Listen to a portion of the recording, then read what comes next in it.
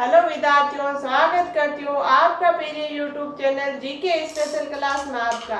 तो विद्यार्थियों, आज हम लेकर आए हैं देलवाड़ा के जैन मंदिर।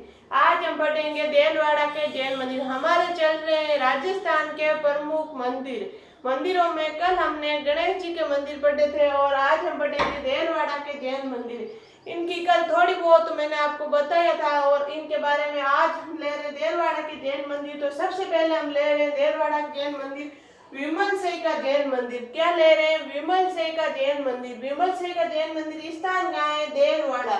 विमल साई के जैन मंदिर कौन से स्थान पे है? देलवाड़ा। निर्माण, इसका निर्माण किसने करवाया था, यानी कब हुआ था इसका निर्माण? 1031 में। 1031 में देलवाड़ा के जैन मंदिर का निर्माण हुआ था। तो शासनकाल किसके शासनकाल में हुआ था? किसने करवाया ने किसके शासनकाल में हुआ था? तो चालुक्य राजा भीम फर्स्ट के शासनकाल। चालुक्य राजा भीम फर्स्ट के शासनकाल में किसका निर्माण हुआ था? देलवाड़ा के विमल साई जैन मंदिर। तो आपको ये बात कंफ्यूज लगेगी, ये जिसने जीके नहीं पढ़ा उनको ऐसे लगेगा कि ये चालुक्य क्या है, भीम से क्या है। तो ये आपको मैं भारत की हिस्ट्री जब पढ़ूंगी या राजस्थान की हिस्ट्री हम पढ़ेंगे तो आपको सारे राजा मेवाड़ के, मारवाड़ के सब कुछ समझ में आ जाएगा। फिर आपको धीरे धीरे अच्छा समझ में आएगा चाहिए ये था। तो आप अभी याद रख लेना, चालुक्य के राजा भीम फर्स्ट ने।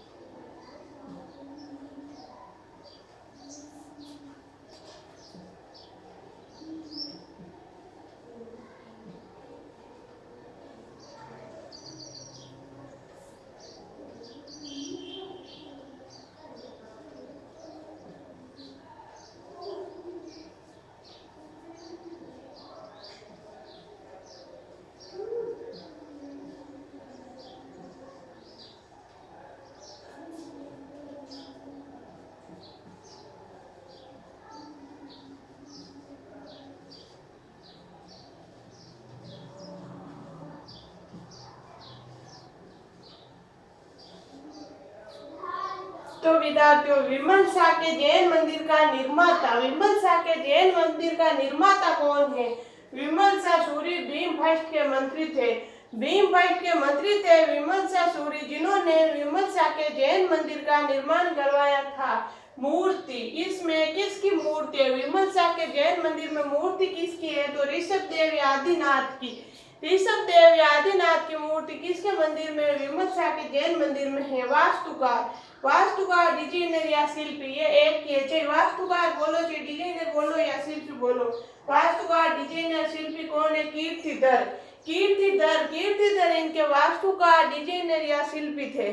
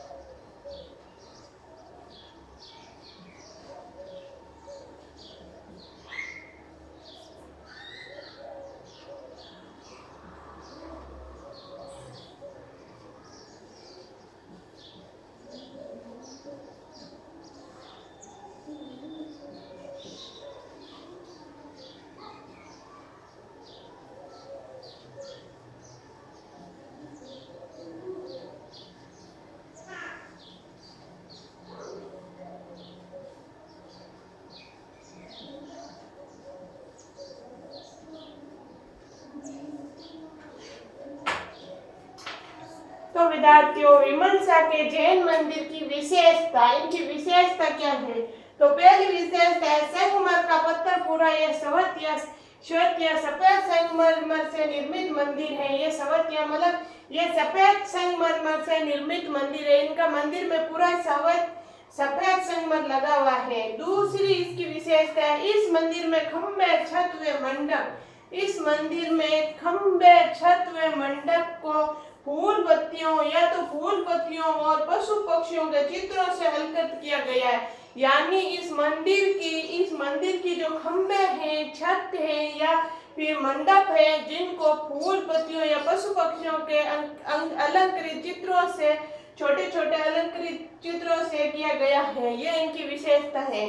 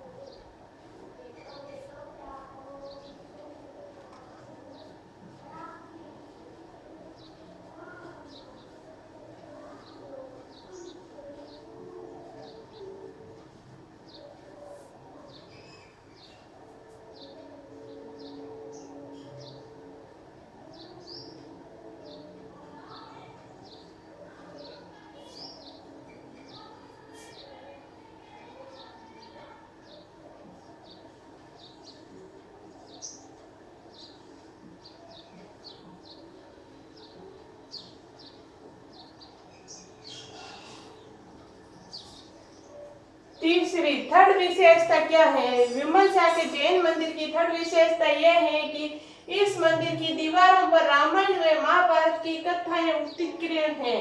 यानी इस मंदिर की दीवारों पर रामायण व महाभारत पूरी लिखी गई है, पूरी कथा उत्कीर्ण की गई है। इस मंदिर की यह विशेषता है। चौथी इस मंदिर की विशेषता है, इस मंदिर में ऋषभ देव की मूर्ति सप्त यानी 7 धातु से निर्मित है। इस मंदिर में ऋषभ देव की जो मूर्ति है वो सप्त यानी 7 धातुओं से मिलकर बनी है, जिसकी आंख में हीरा जड़ा हुआ है। ये इनकी आंख बनाई हुई है, जिसकी आंख में हीरा जड़ा हुआ है। तो ऋषभ देव की जो मूर्ति है वो 7 धातुओं से बनी हुई है और उसकी आंख में हीरा जड़ा हुआ है। ये इसकी विशेषता है। तो ऐसे प्रश्न आ जाता है, किसकी आंख में, कौन से मंदिर की आंख, ऋषभ देव, कौन सी मूर्ति के आंख में हीरा जड़ा हुआ है? तो वो ऋषभ देव की आंख में हीरा जड़ा हुआ है।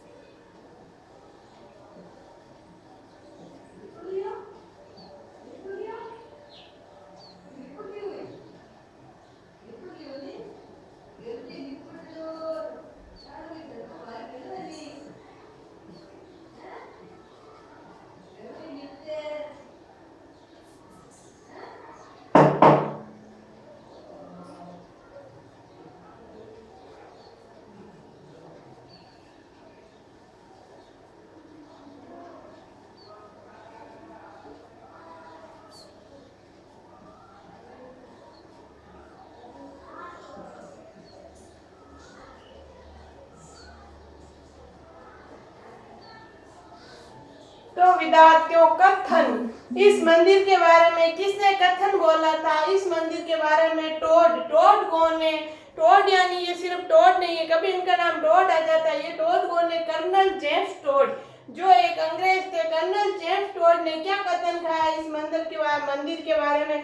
उन्होंने कहा है, भारत में ताजमहल के पश्चात कोई भवन है तो वो है विमल शाह का जैन मंदिर। अगर भारत में ताजमहल सबसे सुंदर है और उनके पश्चात अगर कोई सुंदर भवन है तो वो कौन है? वो है विमल शाह का जैन मंदिर। विद्यार्थियों, ये मंदिर आपको थोड़े कठिन लगेंगे, मुश्किल से समझ में आएंगे, लेकिन घबराना मत। एक बार आप नोट्स बनाना, उसको सरसरी नजर से देखना, फिर और देखना, एक दो बार आप आंखों से निकाल लोगे तो आपको पूरा समझ में आ जाएगा। जब मंदिर पूरे हो जाएंगे जैन मंदिर तो आपको अच्छे से समझ में आ जाएगा।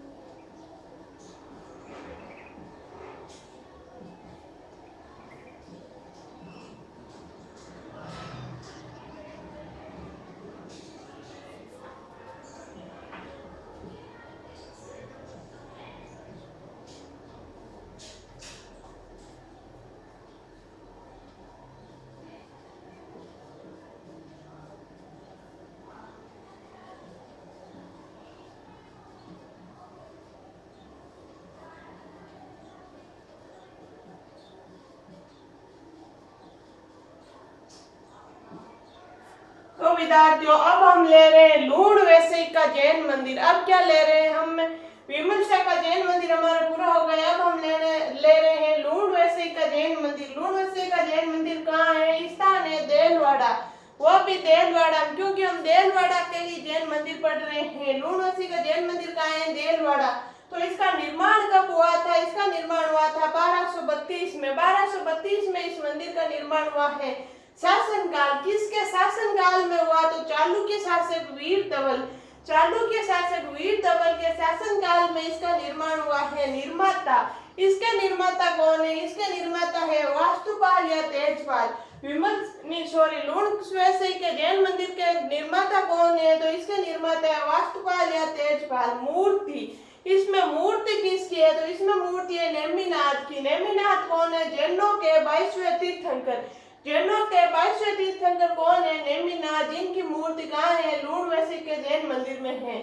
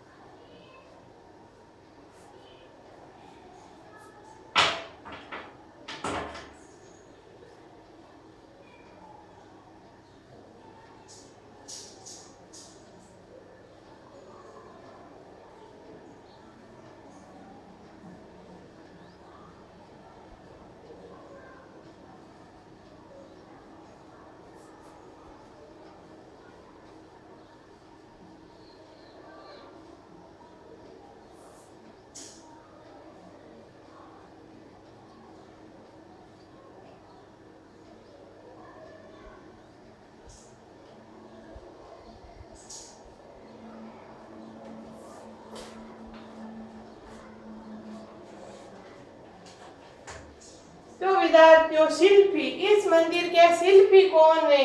लूणवैसे जैन मंदिर के शिल्पी कौन है? शोभन देव। इस मंदिर के शिल्पी कौन है? शोभन देव।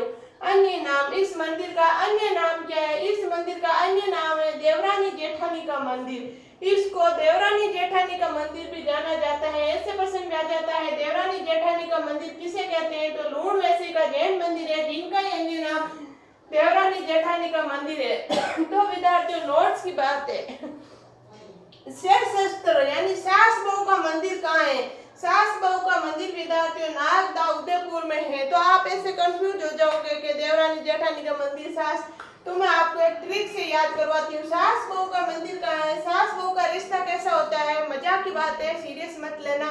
सास बहू का रिश्ता होता है नाग के समान। सास बहू का रिश्ता कैसा होता है? नाग के समान। तो सास बहू का मंदिर कहाँ है? नागदा उदयपुर में। नागदा उदयपुर में किसका मंदिर है? सास बहू का मंदिर है।